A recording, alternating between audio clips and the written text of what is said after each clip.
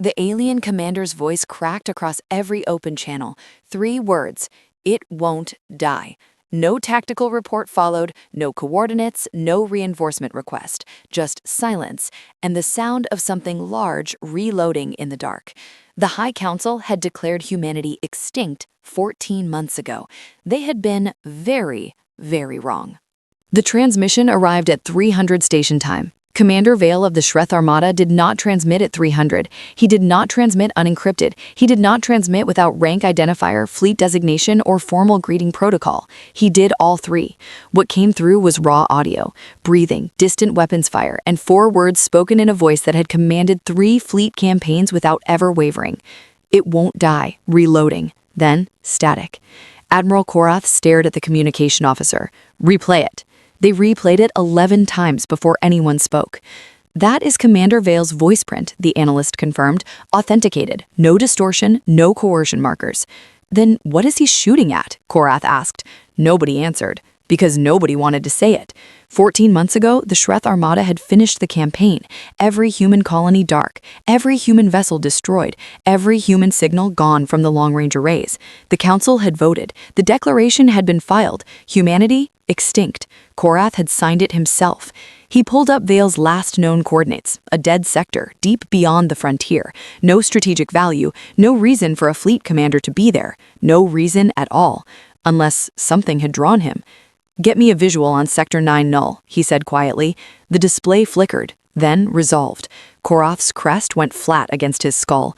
There was a ship, human design, hull scorched black, 1 engine trailing fire, stabilizers clearly gone. It moved through space the way a wounded predator moves, not fleeing, not drifting, turning. "It won't die," Vale had said. Korath was beginning to understand why. Vale had not gone to Sector 9 null by choice. His patrol had detected a ghost signal, the kind of low-frequency pulse that equipment emits when it's dying, a final heartbeat from a dead machine. Standard procedure was to log it and move on. Vale had moved on. The signal followed him. Not literally, but when he dropped from FTL 3 sectors away, it was there. Same frequency, same pulse interval, as if whatever was generating it knew his route. He'd told himself it was sensor bleed, interference, the kind of technical anomaly that long patrols produced. Then it blinked. Twice, pause, once. Twice, pause, once. Vale had served long enough to recognize a pattern when he saw one. He'd also served long enough to know that dead things don't send patterns. He turned the patrol around.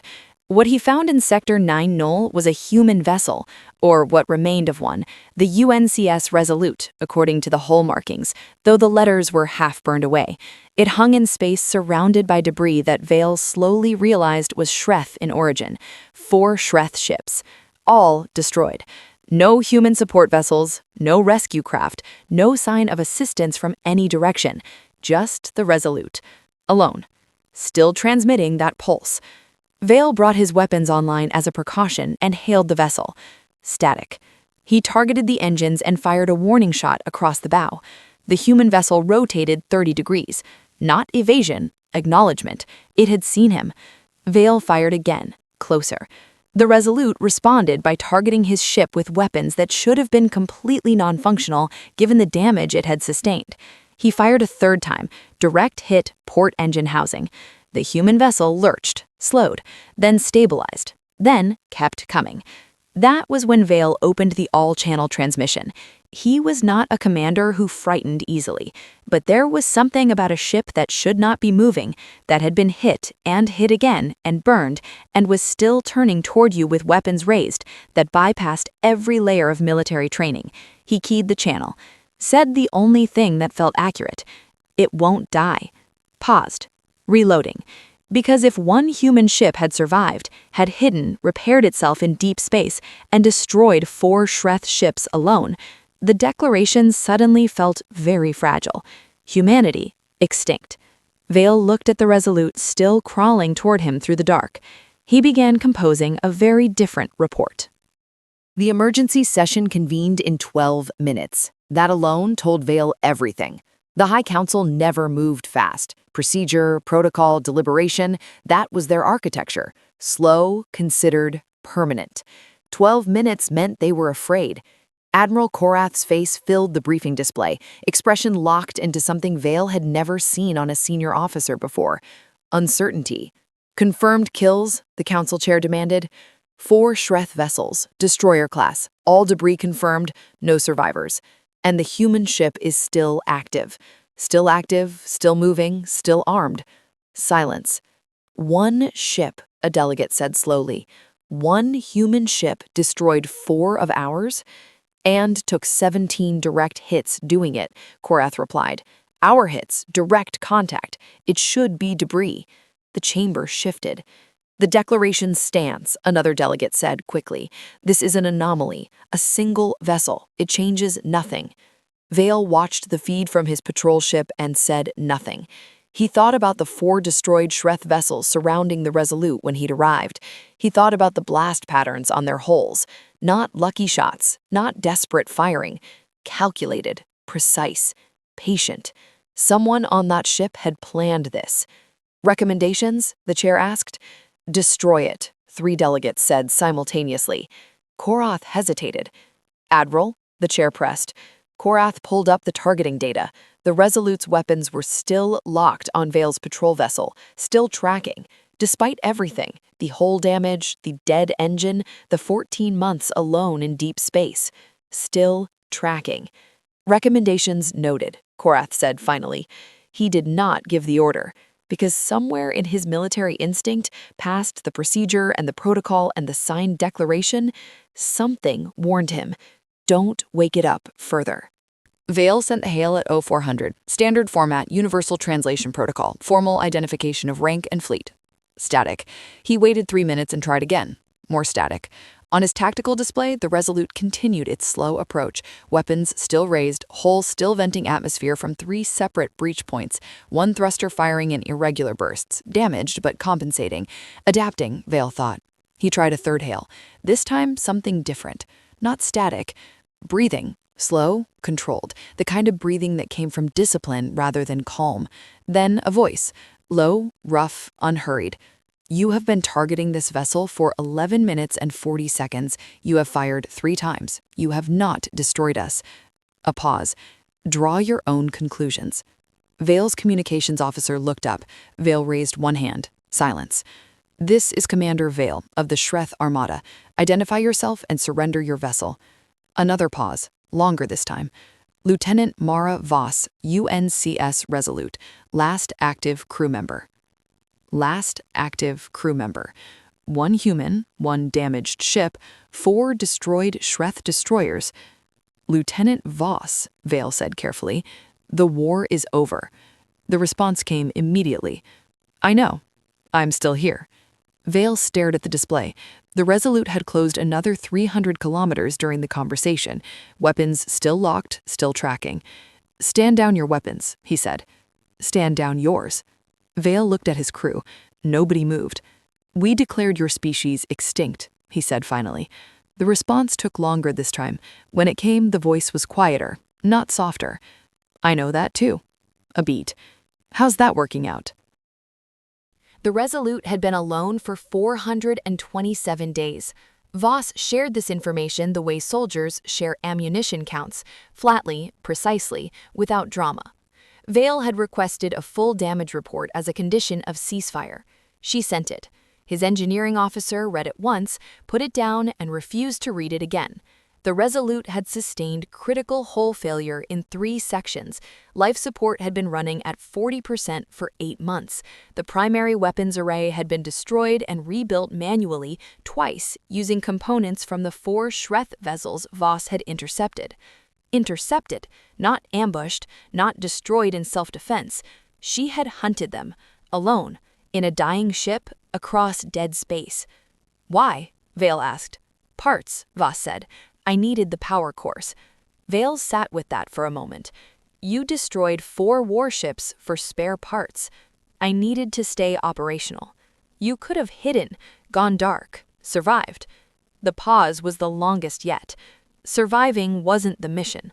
Vale pulled up the original fleet engagement report from 14 months ago, the battle that had officially ended humanity. 40 ships, overwhelming force. The Resolute had not been listed among confirmed kills. it had been listed as mission fled, assumed destroyed in the debris field, confirmation deprioritized, a clerical assumption. They had not checked.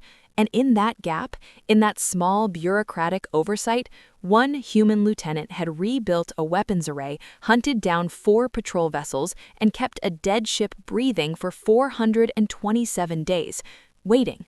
"What were you waiting for?" Vale asked quietly. Mara Voss's answer came without hesitation. Someone to tell. Admiral Korath stared at Vale's full debrief for a long time. Then he closed it, opened it again, closed it again. His aide waited silently by the door. The facts were straightforward. 1 human vessel, 1 surviving crew member, 4 Shreth destroyers destroyed over a 14-month period, vessel still operational, crew member in stable condition, currently aboard Vale's patrol ship, declining medical assistance, requesting, not demanding, requesting to speak with the High Council directly. The facts were straightforward. The implications were not. Because Korath's job, right now, today, was to file a report, and every report had a classification. He could file it as a military anomaly, isolated incident, no broader significance. He could file it as a threat assessment, 1 survivor, ship disabled, no strategic risk. He could file it as confirmation, declaration upheld, humanity effectively extinct, single vessel the exception that proved the rule. All 3 were defensible. None of them were true. The true report, the one Korath kept writing and deleting, began differently. We were wrong. Not tactically wrong, not logistically wrong, fundamentally wrong. Because the declaration had assumed that destroying humanity's fleet meant destroying humanity's will, that extinction of force meant extinction of intent, that a species reduced to a single damaged ship with a single exhausted lieutenant would do what every other species had done: stop.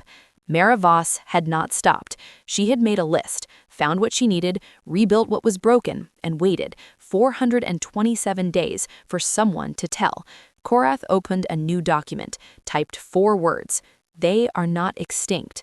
Paused, added 4 more. They are just reloading. The High Council chamber seated 412 delegates. Every seat was filled. Mara Voss walked in alone. No escort, no armor, no ceremony. She wore a standard-issue flight suit, patched in 4 places with material that was clearly not standard issue. Her left sleeve carried the UNCS insignia, faded but intact. She walked to the center of the chamber and stopped. Did not bow, did not salute, did not speak first. She simply waited. The council chair leaned forward. "Lieutenant Voss, you requested this address." "Yes." "You are aware you represent a species this council declared extinct." "Yes." "And you have nothing to say in response to that declaration." Voss looked around the chamber slowly. 412 delegates, every species that had voted, every signature on the document that had erased her people from galactic record. "I have one thing," she said. Silence. She reached into her flight suit and placed a single object on the floor in front of her. A spent shell casing, standard human ballistic manufacture, scratched, burnt, one of thousands she had fired alone in the dark across 427 days. "We know what you decided," she said quietly. "We know what you declared. We know what you sent." She looked at the chair directly. "We're still here." Nobody moved. "Humanity is not requesting reinstatement," she continued. "We are not asking for an apology. We are not negotiating terms." A pause. "We are informing you." She picked up the shell casing, pocketed it, turned and walked toward the exit. At the door, she stopped. Did not turn around. "Next time you declare a species extinct," Mara Voss said, "make sure they agree." The doors closed behind her. 412 delegates sat in complete silence. On the floor where she had stood, a single scorch mark from a spent human round, the only evidence she had been there at all. They updated the declaration that evening. Not extinct, unconfirmed, and somewhere beyond the frontier, in stations dark and colonies quiet and ships that hadn't moved in 14 months, something heard the update and began to reload.